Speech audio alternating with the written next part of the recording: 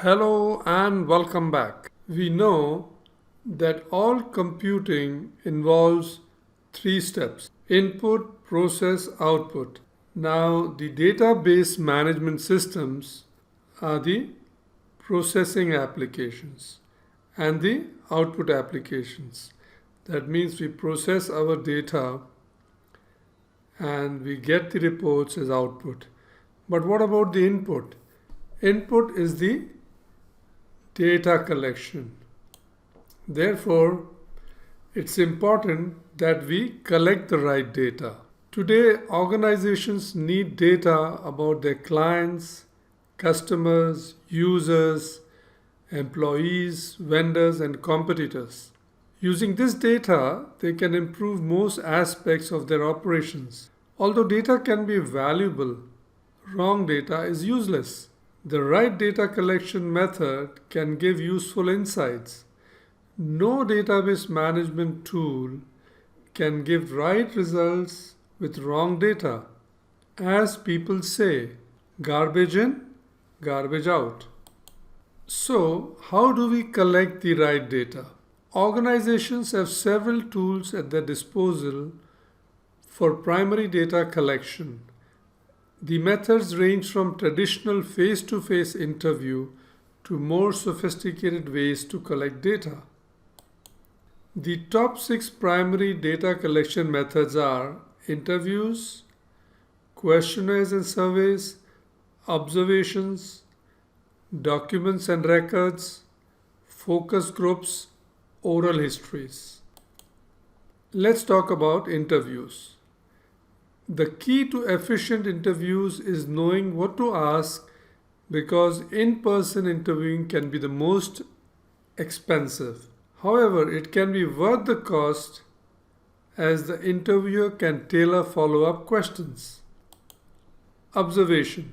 Observation involves collecting information without asking questions. For example, if a study involves the number of people in a pub or restaurant at a given time, the data should be reasonably reliable.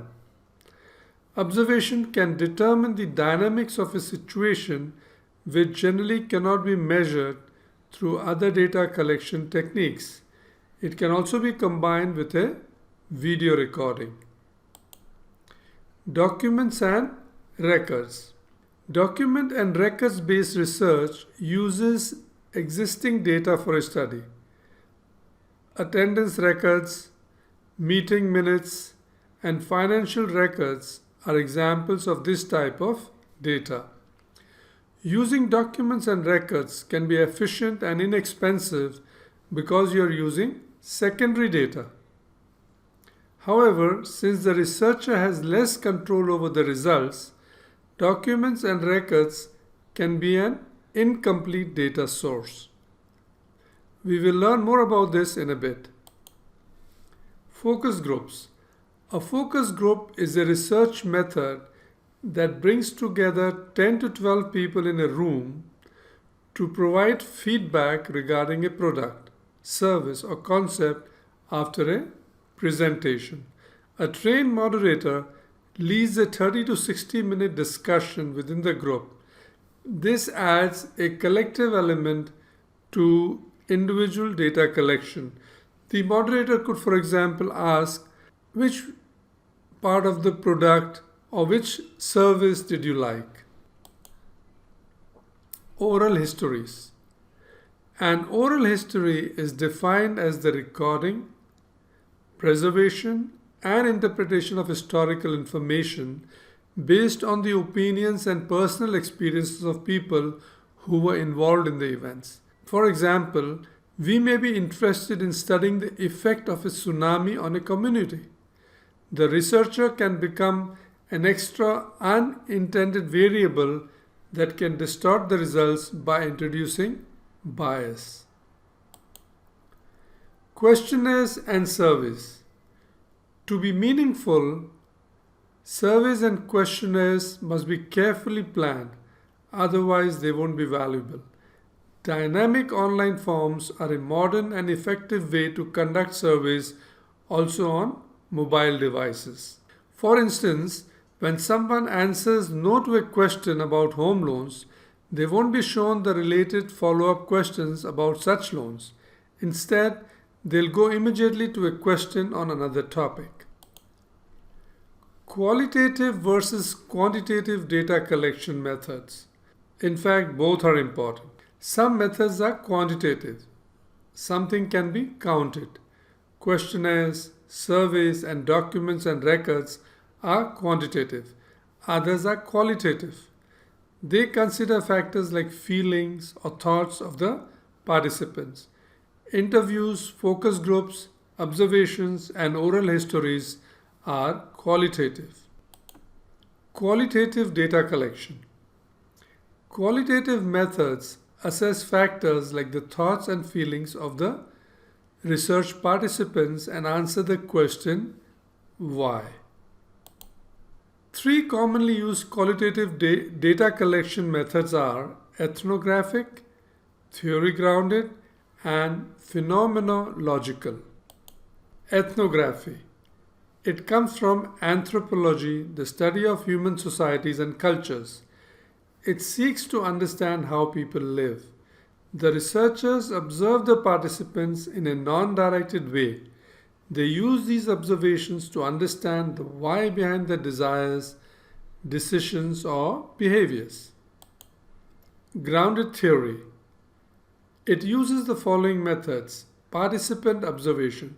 Researchers immerse themselves in the daily lives of subjects. Interviews.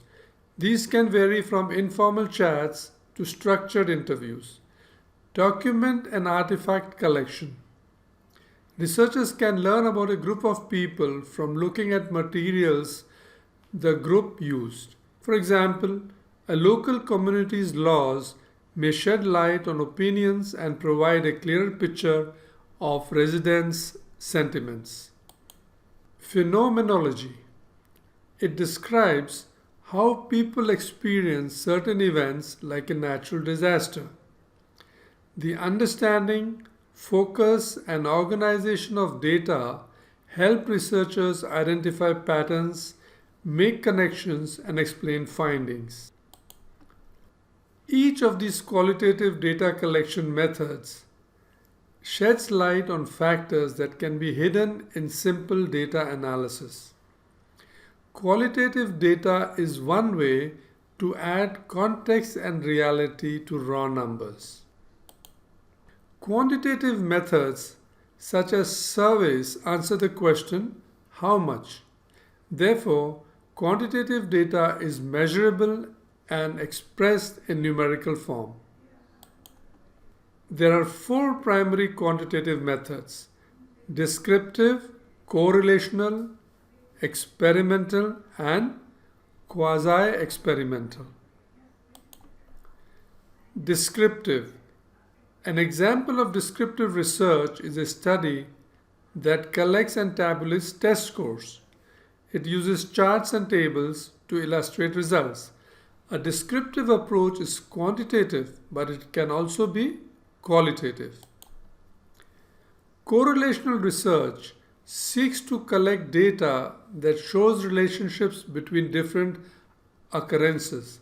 A positive correlation is one in which two variables either increase or decrease at the same time. A negative correlation is when an increase in one variable means a decrease in another. Example: if all other factors remain the same, when the price of a good or service increases, the quantity of demand decreases, and vice versa. There is also a zero correlation result, in which the relationship between two variables can be insignificant.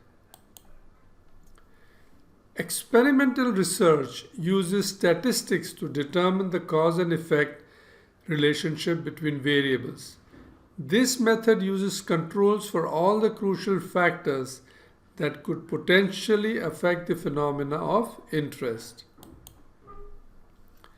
Using this method, researchers randomly assign participants in an experiment to either the control or treatment groups, as in drug testing.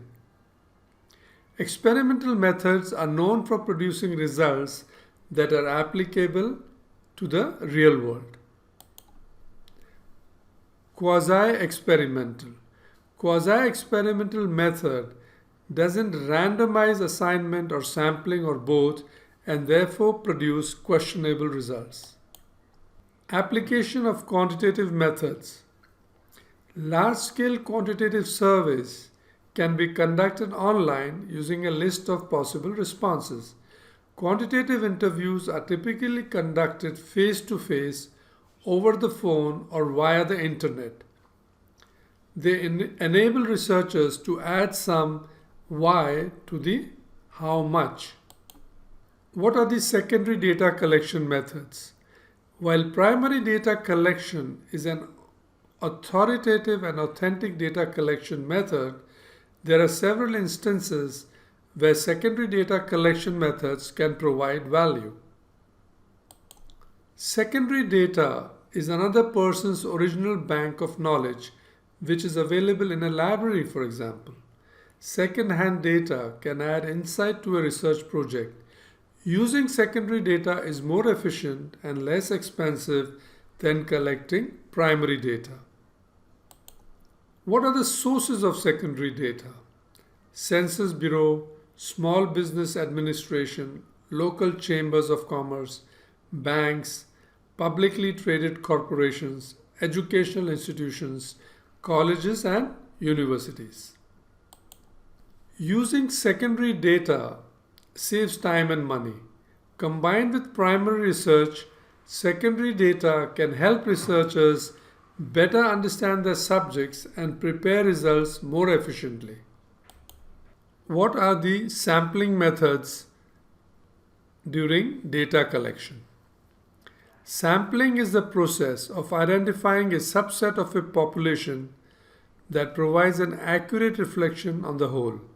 Statistical methods are available that make sure a small subset of the community accurately represents the whole group. There are 5 generally accepted sampling methods. Randomness eliminates elements that can affect the validity of a study. An example of a simple random sample would be the names of 120 students being chosen out of a box from a school of 1200 students. The sample is random because each student has an equal chance of being chosen. Systematic sampling follows a set of rules to create regularity in sampling. An example is interviewing every 5th customer. Convenience sampling. It's the least reliable sampling method. Convenience sampling involves gathering information from whoever is easiest to reach. An example would be asking college friends in the same class a question about a service. It can be effective to gain initial primary data on product colors, for example. Clustered sampling. In clustered sampling, a researcher uses subgroups of a population.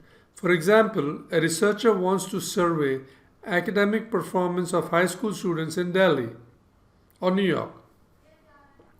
He can divide the entire population of Delhi into different districts or clusters. Clustered sampling can be of 2 types. Single stage cluster sampling, where all individuals in a cluster are included, or 2-stage cluster sampling, where only random individuals within the cluster are chosen. Stratified sampling. This data collection method involves dividing a population into subgroups that share similar characteristics. For example, a study can break respondents down by gender or age or caste. In stratified sampling, individuals are randomly selected from each strata. In cluster sampling, only certain clusters are used. That is the difference between stratified sampling and cluster sampling. Thanks for watching.